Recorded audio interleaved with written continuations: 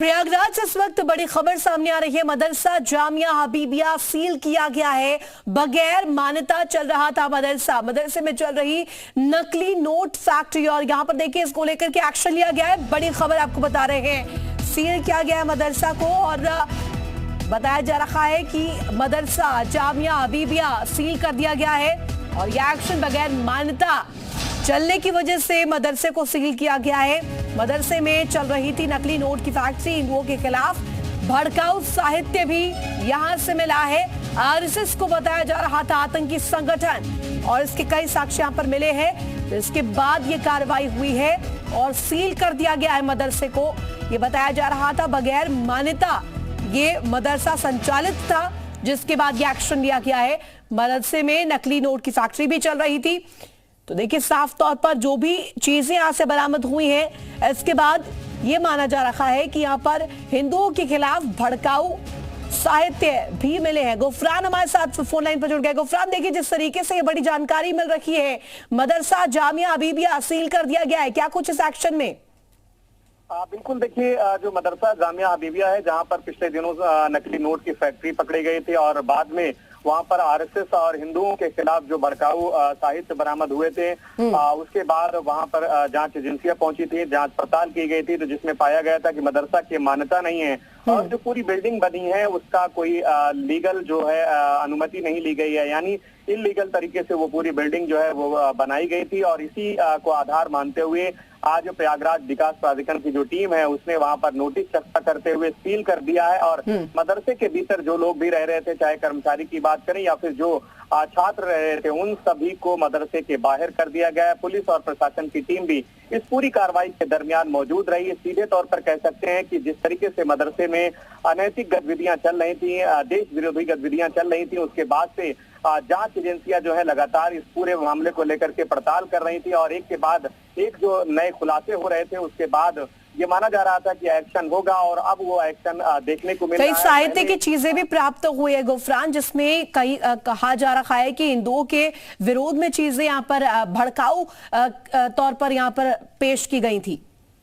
बिल्कुल, देखिए आईबी और पुलिस की टीम ने जब जांच पड़ताल की थी, जो मौलवी मदरसे का गिरफ्तार हुआ था तफसीरुल, उसके कमरे से तमाम जो लिटरेचर बरामद हुए थे जो उर्दू भाषा में थे, उसमें भड़काऊ बयानबाजी खास करके देश में हिंदू संगठन जो है उनके खिलाफ, साथ साथ जो आरएसएस है उसको आतंकवादी दहशतगर्द बताते हुए साहित्य जो है वो एक तरीके से बरामद हुए था और उसके बाद से एजेंसियां और भी सतर्कता बरत रही थी। गंभीर मामला मानते हुए इस पूरे प्रकरण में जब जांच का दायरा बढ़ा तो उसके बाद पीडीए यानी जो प्रयागराज विकास प्राधिकरण है वो एक्शन में आया और सीलिंग की जो कार्रवाई है, मदरसे पर ताला जो है वो लगा दिया गया है। सीधे तौर पर जो नोटिस बोर्ड चस्पा किया गया है मदरसे के बाहर, उसमें ये कहा गया है कि ये बिल्डिंग अवैध है, अवैध तरीके से बनाया गया है और इसका जो है मानक या जो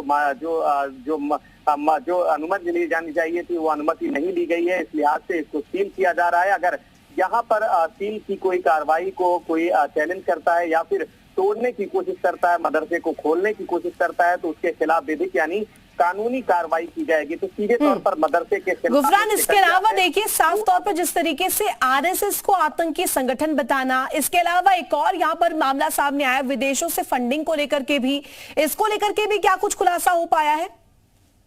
बिल्कुल, देखिए सबसे पहले जो नकली नोट बरामद होना ही अपने आप में देश की अर्थव्यवस्था को चोट पहुंचाना, कहीं न कहीं से देश विरोधी गतिविधियों को बढ़ावा देना ही साबित होता है और मदरसे के मौलवी यानी प्रिंसिपल जो था उसके कमरे से ये जो नकली नोट की फैक्ट्री है वो पकड़ी गई थी। बाद में वहीं से आरएसएस के खिलाफ भड़काऊ साहित्य बरामद हुए, हिंदुओं के खिलाफ तमाम जो लिटरेचर हैं वो बरामद हुए। तो उसके बाद से तो ये बात तो साफ हो जाता है कि कहीं न कहीं से मदरसे के भीतर की जो गतिविधियां थी वो अवैध थी और इतना ही नहीं, जांच एजेंसियों को इस बात की भी जानकारी मिली है कि मदरसे को जो फंडिंग है वो विदेशी ताकतों से मिल रही थी, खाड़ी देशों से मिल रही थी। कुछ ऐसे भी हैं जो वैध जो एक तरीके से बैन संगठन है, उन संगठनों से भी आवामी चंदे के रूप में मदरसे को फंडिंग की जा रही थी। तो इस पूरे मदरसे का जो नेक्सस था वो अपने आप में बताता है कि यहाँ पर अवैध जो गतिविधियां हैं वो लगातार संचालित हो रही थी, पिछले कई सालों से हो रही थी। हालांकि नजर किसी की नहीं पड़ी। जब यहाँ पर नकली नोट की फैक्ट्री पकड़ी गई तब उसके बाद इस मदरसे का जो भंडाफोड़ है वो हुआ और ये भी पता चला कि मदरसे की ना तो मान्यता है ना ही जो लीगल। ठीक है गुफरान, बहुत शुक्रिया आपका तमाम जानकारी साझा करने के लिए।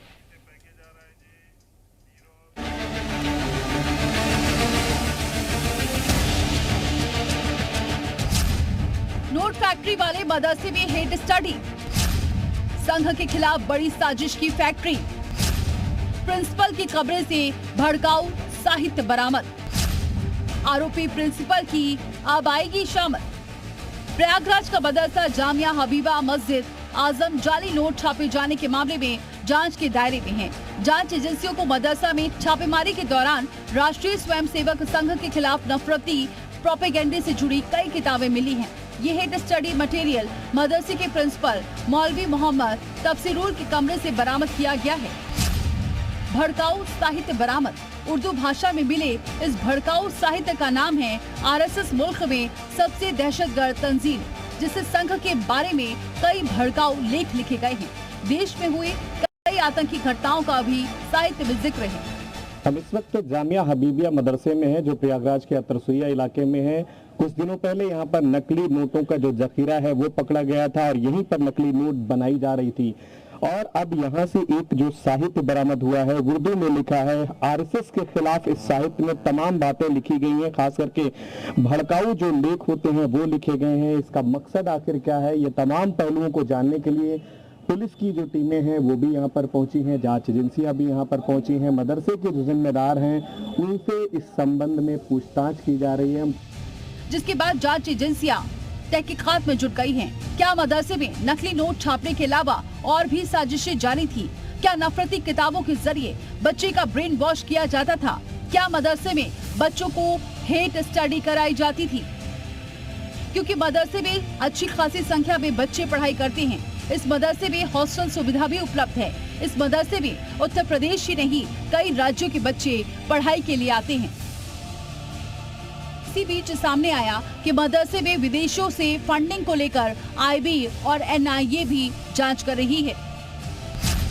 इसी सिलसिले में मदरसे की सोसाइटी से जुड़े सभी 12 सदस्यों के बैंक खाते खंगाले जा रहे हैं। मदरसे की आड़ में करोड़ों की अवैध संपत्तियां अर्जित करने की आशंका है। मदरसे के नाम पर हर साल विदेशों से करोड़ों की फंडिंग लेने की आशंका है। एजेंसियों को शुरुआती जांच में विदेशी फंडिंग के पुख्ता सबूत मिले हैं। सऊदी, दुबई, टर्की समेत कई खाड़ी देशों से फंडिंग की जांच एजेंसियों को जानकारी मिली है। इतना ही नहीं, इस मदरसे को लेकर कई सवाल खड़े हो रहे हैं। नकली नोट का जो टकसाल यहाँ बना था उसका जाल कहां तक फैला है?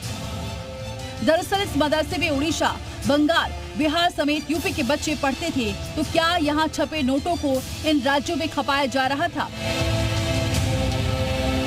प्रयागराज का ये मदरसा नकली नोट छापने के मामले में फंसा है, लेकिन हर गुजरते दिन इसकी मीनारें तले दबे नए राज सामने आ रहे हैं। अब आगे वक्त ही बताएगा कि यहाँ और क्या क्या होता है।